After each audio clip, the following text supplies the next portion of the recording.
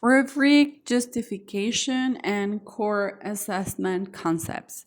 So this audio it's to ensure that this speaking assessment acts as a valid, reliable instrument rather than just a subjective guessing game. So it's designed firmly to incorporate the language acquisition theory and educational assessment principles.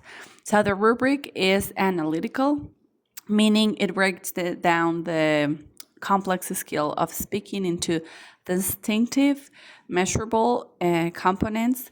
So this approach ensures that the adult learner receive a precise diagnosis profile of their performance rather than just a single grade.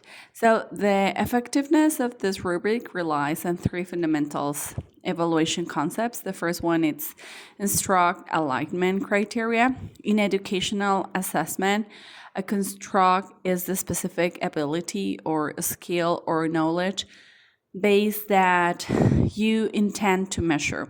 So construct alignment means that you assess criteria most directly to reflect the learning objects. That's like concept number one. Another parenthesis inside this concept is that the application in this task, it's for the V1 syllabus that requires the students to maintain a brief interaction.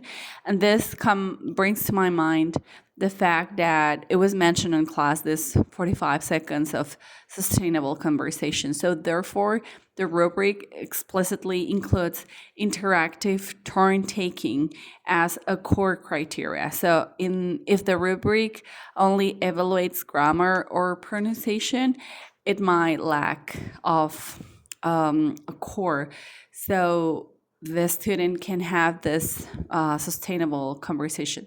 So by aligning the criteria directly to the task, communicative goals, I ensure that the student it's aware of how he or she is going to be measuring what truly matters in functional communication.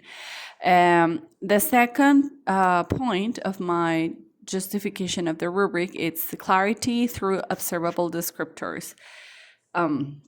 So clarity in assessment means that performance expectations are transparent, they are objective and not ambiguous for both the teacher and for the student. So a high quality rubric avoids like vague language like the student speaks well or the student makes too many mistakes, which leads to subjective grading. So as clear as possible, it will be more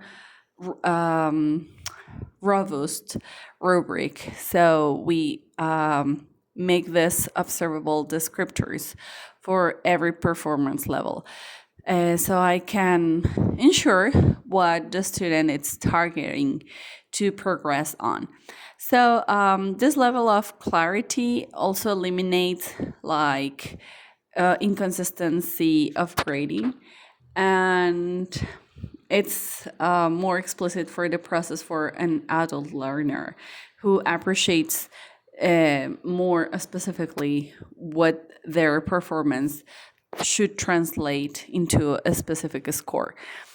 And number three, the formative assessment and actionable feedback. So since we saw in class number one this type of assessments, I choose this formative assessment because it refers to evaluation that practices designed to monitor student learning and provide ongoing feedback that can be used to improve their competence, in contrast with the summative assessment, which merely records a final judgment.